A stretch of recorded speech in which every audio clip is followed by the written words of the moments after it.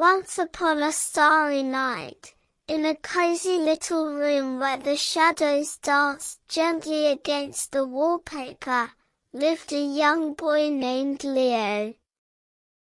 He had a mop of unruly curls and a heart full of wonder. As the silver moon climbed high over the sleepy town, Leo slipped into his warm pyjamas, closed his eyes, and let the rhythmic ticking of his grandfather clock carry him away. But Leo did not just fall asleep, he fell up. He floated past the gossamer clouds of his own thoughts and landed softly on a path made of shimmering, spun starlight. When he opened his eyes, he was no longer in his bedroom. He stood before a magnificent pair of wrought iron gates interlaced with glowing blue ivy.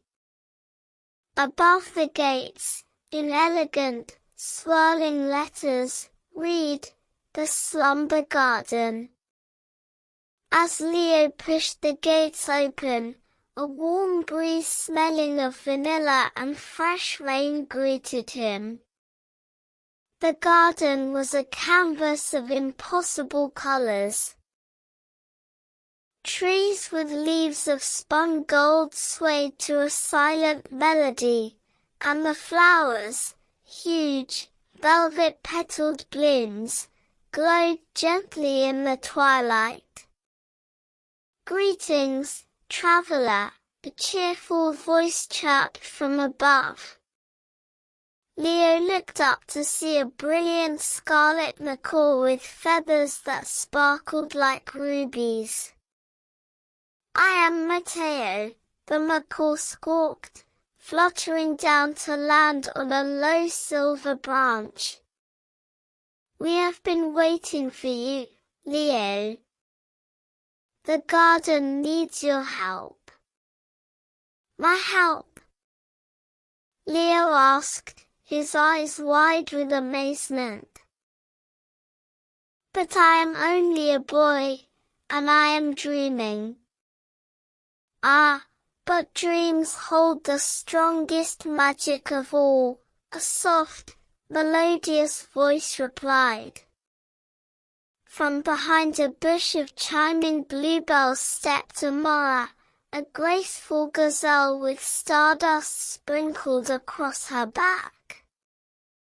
Beside her bounded a tiny, snow-white bunny named Yuki, whose nose twitched with boundless energy. "The Great Lullaby Tree at the center of the garden is losing its light," Amara explained, her large, gentle eyes looking at Leo with hope. "The Dreamcatcher Crystal that rests in its roots has been knocked out of place by a mischievous gust of the waking wind. Without it, the garden will fade into gray, and children everywhere will lose their most colorful dreams." Leo felt a surge of courage. In the waking world, he might have been small, but here, he felt as brave as a knight. "Show me the way," he said confidently. And so, the grand adventure began. The Fellowship of Four. Leo, Mateo the macaw, Amara the gazelle, and little Yuki the bunny, set off down the starlit path. Their journey took them through the Marshmallow Meadows, where the grass felt like soft sugar beneath Leo's bare feet, and over the River of Reflections, a tranquil stream that didn't show what you looked like, but rather, what you loved most. When Leo looked in, he saw his mother's smiling face and his favorite wooden toy boat. Suddenly, A swirling mist of cold, grey fog began to roll across the path. It was the waking wind, trying to blow them back to reality before their task was done. "It's too cold," shivered Yuki, his little ears drooping as the vibrant colors of the garden began to dull. "We must use our imaginations," Leo shouted over the whistling wind. "Think of the warmest, brightest things you know." Mateo squawked a song of the tropical sun, Amara pictured the golden savannas, and Yuki dreamt of a cozy burrow lined with fleece. Leo closed his eyes and imagined a roaring fireplace on a snowy Christmas Eve. Together, their happy thoughts created a glowing, golden shield that pushed the grey mist away, dissolving the waking wind into harmless morning dew. Triumphantly, they reached the center of the garden.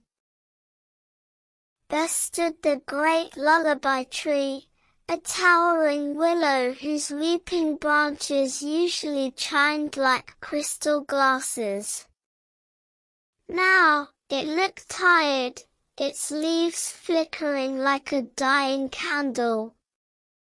At its base, nestled in the roots, the Dreamcatcher Crystal had tumbled out of its silver hollow. It was heavier than it looked, pulsing with a faint, rhythmic heartbeat. "Together," Leo said. With Amara nudging gently with her nose, Mateo pulling with his strong beak, and Yuki pushing with his tiny paws, Leo lifted the heavy, glowing stone. With a final, unified heave, they settled the crystal back into its silver hollow. Instantly, a profound, resonant hum echoed through the garden. A wave of iridescent light burst from the roots, rushing up the trunk and spreading into every branch. The gold leaves flared to life, singing a sweet, peaceful lullaby. The flowers in the garden burst open, sending showers of glowing pollen into the night sky. The magic was restored. "You did it, Leo," cheered Mateo, taking flight in a joyous circle.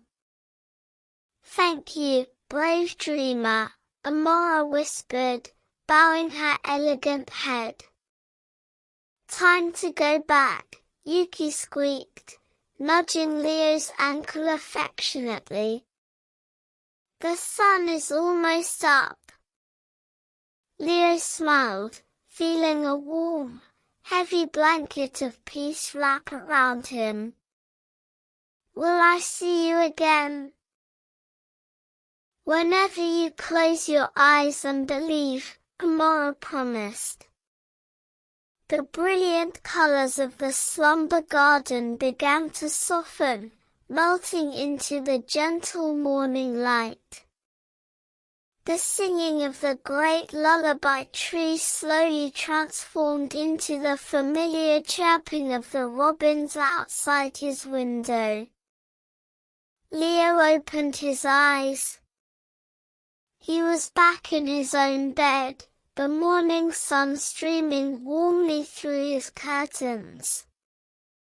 He stretched his arms, feeling wonderfully rested. As he reached for his slippers, he noticed something resting on his pillow. It was a single, tiny leaf of spun gold, glowing faintly in the sunlight before dissolving into a sprinkle of happy dust.